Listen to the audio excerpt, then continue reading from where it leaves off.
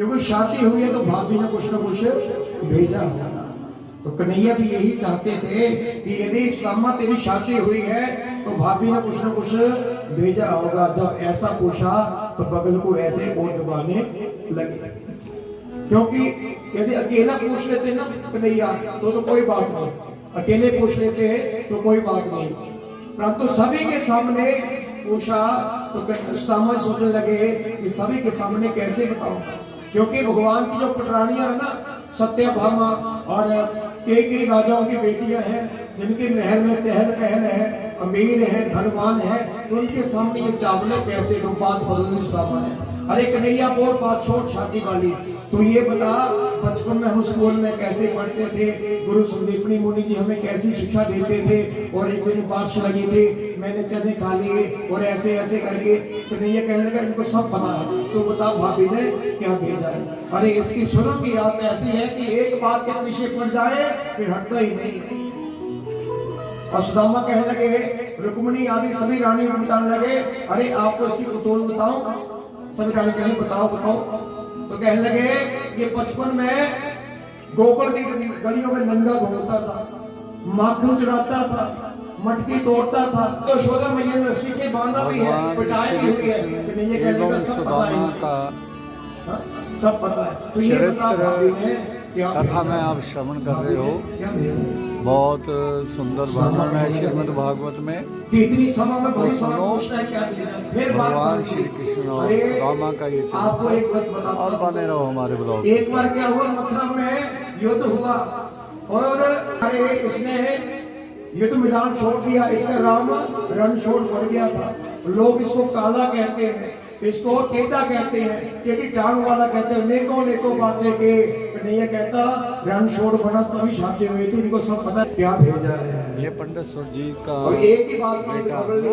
अब कन्हैया ने देखा कि कुछ बगल में छुपा रहा है, जैसे ही बगल में ऐसे वो फोटो जो काली कर रहे हैं उनका कन्हैया की आंखों में आंसू। मेरे घर में खाने के लिए एक चावल का गार्डन में जैसे एक मुट्ठी गाय एक लोग की संपत्ति, दूसरे गाय दूसरे लोग खाने लगे। रुक्मिणी ने हाथ पकड़ लिया, महाराज चावल कच्चे हैं, कच्चे चावल खाने से पेट दर्द हो जाएगा। वो तो सुदामा को क्या मिल गया ये किसी को पता नहीं, सुदामा को क्या मिला किसी को पता नहीं। पूरी रात बातें हुई कन्हैया और सुदामा की। सुबह हुई, सुदामा ने अपना नित्य भोजन किया और जैसे ही घर को जाने लगे ना सुदामा जी, और सुदामा ने कहा कि कन्हैया अब मैं चलता हूँ। कन्हैया ने एक बार भी नहीं कहा कि रुको, कन्हैया ने एक बार भी नहीं कहा कि रुको। क्यों? क्योंकि सुदामा का स्वाभिमान वो रुकने वाला नहीं है, क्योंकि मेहमान ज्यादा दिन नहीं रुकना चाहिए, नहीं तो वो मेहमान मेहमान नहीं रहता। बताया था ना कि एक मेहमान आया वो जाने का नाम ही न ले। बाप ने अपने बेटे से कहा कि जब मेहमान मेरे पास बैठा होगा ना तो दोपहर का पूछने आना कि पिताजी शाम के भोजन में क्या बनाना है। तो पुत्र पिता के पास आया, पिताजी दोपहर का भोजन तो हो गया, शाम के भोजन को क्या बनाना है?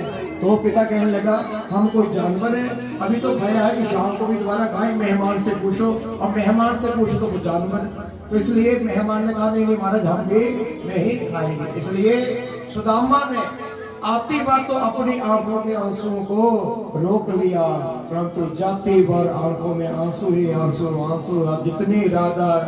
जितनी राधा रोई कान्हा के लिए उतना कन्हैया रोया है सुदामा के लिए। और महाराज आंखों में आंसू बहाते हुए जा रहे हैं। जब अपनी पोरबंदर नगरी में पहुंचे तो महाराज कुटिया की जगह महल बना हुआ है, द्वारपाल खड़े हैं और द्वारपालों द्वारपाल खड़े, द्वारपाल से पूछा महाराज जी कौन सी नगरी है? कहने लगे ये पोरबंदर सुदामा की नगरी है। तो महाराज नगरी का नाम तो मेरा ही है। तो महाराज यहाँ कुटिया होती थी, तो महाराज ये तो सुदामा नाम की महाराज कुटिया बहन है, तो सुदामा ने सोचा कि दूसरे नाम का सुदामा होगा, उसने मेरी कुटिया तो अपना महल बना लिया होगा। तो महाराज सुदामा दूसरा नाम कहने लगा कि हाँ कहने लगा कि इसके महल के अंदर कोई सुशीला नाम मेरी पत्नी, उसको बुलाना जरा। जैसे हमारे सुशीला जी आए, जब सुदामा जी गए थे ना, की हाल क्या थी, जब सुदामा जी वापस आए, सुशीला महाराज गहनों से दो चार देवी आगे पीछे षड़कमण करती चलती हुई है। कहने लगे महाराज आप कौन हो? कहने लगे मैं आपके पत्नी सुशीला हूँ। ये कैसे आया? महाराज मेरे को आपको चाहिए थे कन्हैया के दर्शन, आपको दर्शन मिल गए और मुझको वैभव मिल गया। तो सुदामा ने कहा कि आप अपने वैभव को, धन को नमक लगाओ, अचार लगाओ, इसको खाओ, इसको चाटो, मैं तो चला भजन करने। बोले बांके बिहारी लाल के। और जैसे ही महाराज चलने लगे, पीछे डांग वाले की आवाज आई, सुदामा जी रुको। सुदामा ने पीछे देखा, द्वारकाधीश करे प्रभु मुझे ये संपत्ति नहीं चाहिए, यदि ये मुझे संपत्ति मिल गई तो मैं आपका भजन नहीं कर पाऊंगा। भगवान कहते हैं कि जो मैं दे देता हूँ ना अपनी मर्जी से, उसमें बेकार नहीं आते हैं। तो महाराज सुदामा जी ने अनेकों वर्ष, अनेकों साल भगवान का आशीर्वाद प्राप्त किया, संपत्ति का भोग किया, अपने जीवन के सारे सुख होकर अंत में वैकुंठ धाम को गया। बोले श्री विष्णु भगवान की जय। बोले बांके बिहारी लाल के जय। जय जय श्री, जय जय श्री, जय जय श्री राधे। और काथे आगे कथा चलेगी, उससे पहले मैं भगवती पंडित जी से प्रार्थना करता हूँ कि 5 मिनट आप बोलोगे, उसके बाद कुछ बच्चों से प्रश्न पूछे जाएंगे, भागवत के प्रश्न, भागवत जी के प्रश्न पूछे जाएंगे, बच्चों से बड़ों से पूछे जाएंगे, और जो सही आंसर देगा उसको उचित इनाम मिलेगा।